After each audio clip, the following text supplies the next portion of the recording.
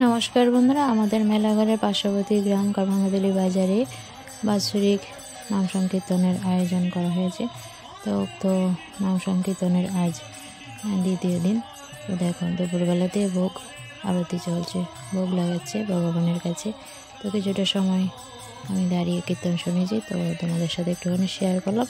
অবশ্যই জানিও কেমন লাগলো ভোগ আরতির নাম কীর্তনটা শুনে। তো চলো সাথে থাকো, আশা করছি ভালো লাগবে। আর ভালো হলে অবশ্যই লাইক কমেন্টস একটা শেয়ার করে দিও। Thank you.